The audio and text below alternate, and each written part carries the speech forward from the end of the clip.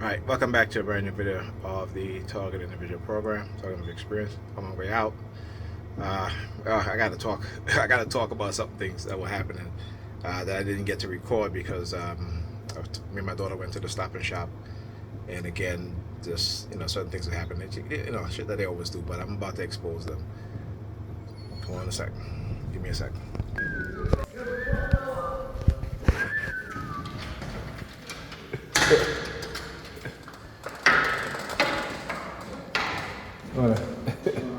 Sorry. He wasn't bothering you, was he? No, I was thinking about something. I'm sorry. Yeah. You must understand that. You What? must delivery Okay. only that and get fuck off. All right. Okay. So you see now they are getting aggressive and using the people who are mentally injured. All right. So now they're putting him right on the in front of the apartment building. All right. So why is he there? I mean, I've shown you guys him, how they use him to target me. So why is it that he shows up there? And as soon as you guys saw, that's why I had to flip the camera around and started recording right away, because he came into the building and he was like, "Get the F on," what have you. But again, I know he's programmed for these things. So anyhow, I took my daughter to the me and my daughter went to the Stop and Shop, and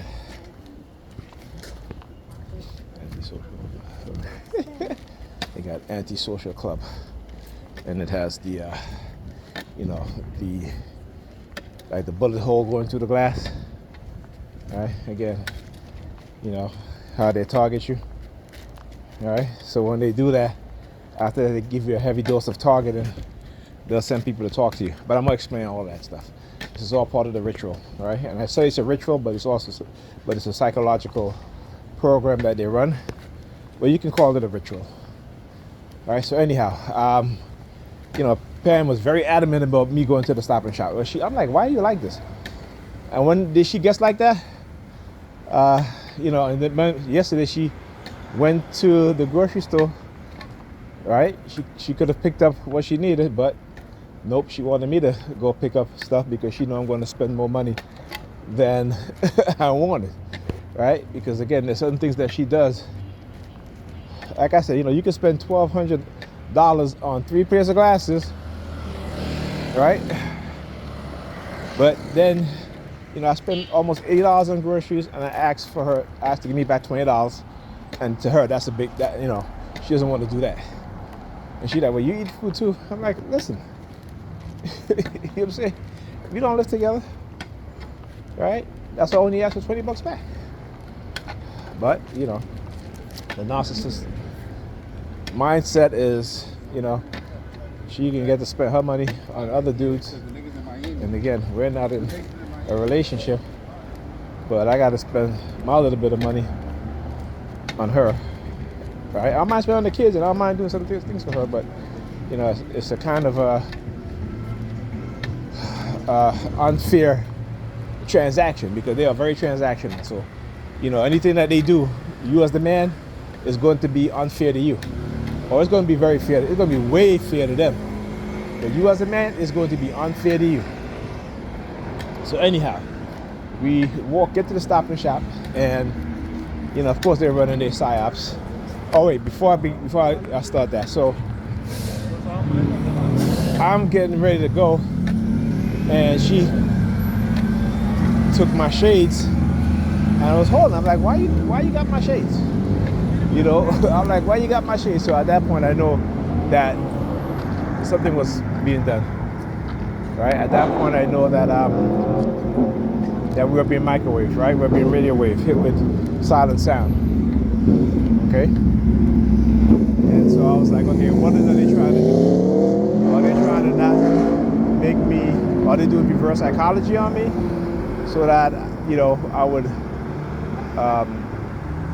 not take my glasses, because the fact that she had my glasses in her hands, that she was going to give it to me or something like that, whatever. Speed up, it's like, I walk with my shades anyway, because my eyes are sensitive to light. So, But they'll do these sort of things. And usually they'll do it because, if you're going into a place where they have camera, again, they want to try to make it seem like you're suspicious. Here's the funny thing. Whenever I go to the Stop and Shop, right, particularly when it's light outside, daylight, when the sun is outside, there are always people in there with shades on, right? But not tonight. I should say not earlier, Not tonight, well, not earlier. It was around 7, I think we left.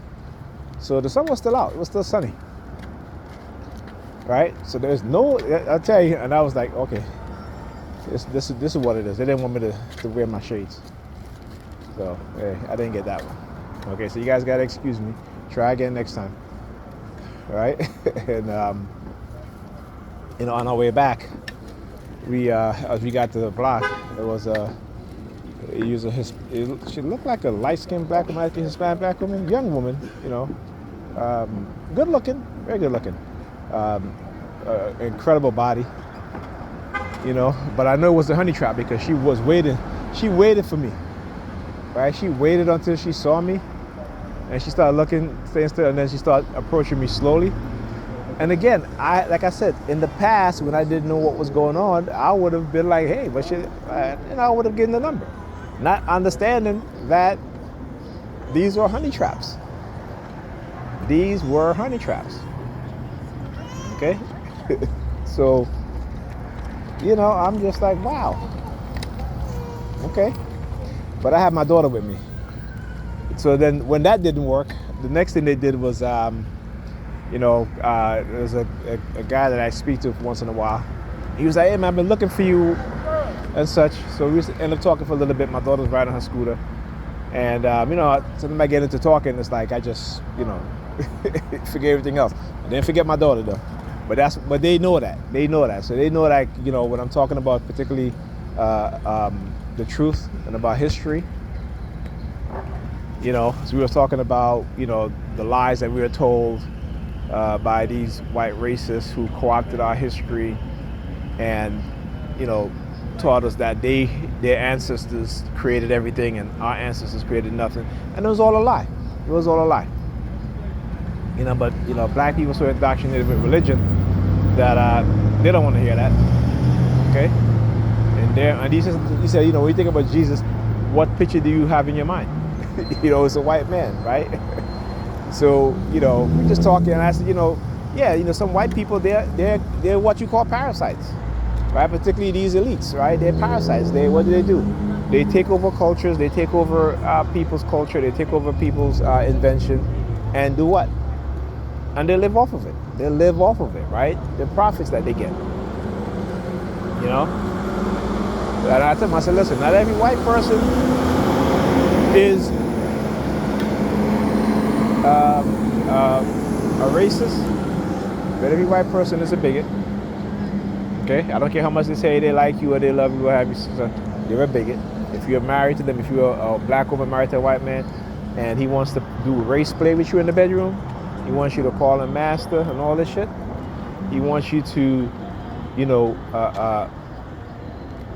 make you get on your knees and call you a slave. All right? Are you saying, give me that black PUSSY? That's the part of it that you need to look out for. That's because again, it shows that their like is rooted, or their emotion, or their fascination towards you is more of fetishization, right? So when they start saying shit like, "Oh, I've never been with a black girl before," you shouldn't even be, at least if you say that to you before you engage in any sexual activity, you need to leave. You need to leave. And if you say that to you afterwards, you need to never call that dude again. Okay? Right? Because again, everything, remember, they see race first. You always got to remember that. You may be pretty, you may be handsome. They see race first. And then it's the fetishization that comes into their mind, and then they act on it. Whether by, approaching you talking to you so they can get that number. You gotta understand, right? And like I said, you just, the bedroom, when they get into the bedroom, that is when they will show you who they truly are at times. And so you gotta understand that. Right? Again, I don't say these things just to say it. There's plenty of articles who were written by black women, Asian women, who have talked about this. The fetishization of black bodies by white people. So I say, love who you want to love, but understand that they're going to fetishize you. They're going to want you to play the slave girl. They're going to be calling you all sorts of derogatory names in that bedroom. And the sad thing about it, too, a lot of our sisters end up enjoying this shit. You know what I'm saying? They enjoy the fetishization. Because again, that's the corruption in their minds. Right? That's the lack of self-respect. And, a lot of it has to do with money, financial reasons, right? Even though they don't really gain any long-term financial, benefits, right? They don't really gain that. It's just, yeah, you date him, treat you whatever, but then after he's done, he's done. He's not taking you seriously. He's not marrying you. And again, that's not all white people, right? But it is the majority. It is the majority, and this is what we have to understand. Okay? And I always use the Muhammad Ali, when he says, he was doing an interview, and he was asked, Muhammad, do you think all white people are racist? He's like, no, I don't think so. He said, but I know the reality that if there was 10,000 snakes coming to get me, and out of those 10,000 snakes, 1,000 of the snakes decide that this is not right, and they're going to circle me. How are they going to protect me against the 9,000? So you got again, Muhammad Ali, very wise beyond his age, but at the time, and this is what we have to understand. This is the reality that we. I got to take my book bag off again. They love to do this shit. Where when my back is hurting me, again, this is the micro, how they do things to cause micro damage. I got to take my book bag off. Micro damage. All right, and have me waiting, long time for a bus to come. And my back has been killing me lately. So for the past couple of days, I've been taking the muscle relaxer again. And also my neck. Also, sometimes when I get up in the morning, if I lean my neck, like if I push my head forward, my neck, like I can feel. Yeah, here you go. I can. It's not how you have a slip disc. I can feel that with my neck. Right. So I gotta be very, very careful. Okay. So, anyways, like I was saying, they use the honey trap, man, and they do this from time to time, right? Because again, this is how they try to create this colorism within you, right? So if you're a black man and you love black women, they gotta destroy that. They gotta destroy that, right? So they'll, if all of a sudden you start meeting all these lighter skinned women, right? They're the only one that's approaching you, or the only one that's giving you a look.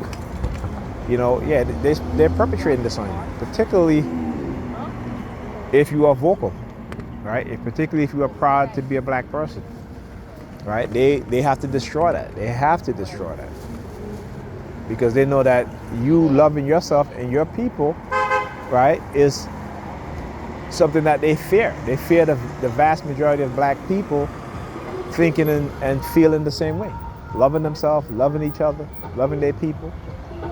Right? Because then they know that once you start to love yourself in the way that they love themselves, that you're going to fight to stop them from continuing to do what they're doing to us. Right? And they don't want that. So they have to destroy black love. They have to destroy black relationships. And this is what black people don't understand, particularly black women in particular. And I always say this, my brothers, we are always held responsible whether we did it or not. Okay, we learned that from we're young, as young men. You know, but for black women, they have been coddled by this white supremacist system. Okay, and this is why no one can tell them anything. This is why no one can tell them the truth, particularly us as black men. They would rather listen to men of other ethnicity as opposed to listen to their own men, or the men in their group, because, you know, they have been conditioned, and we have been conditioned to be at war with each other, subconsciously and consciously. Okay, and there's various ways in which they do it.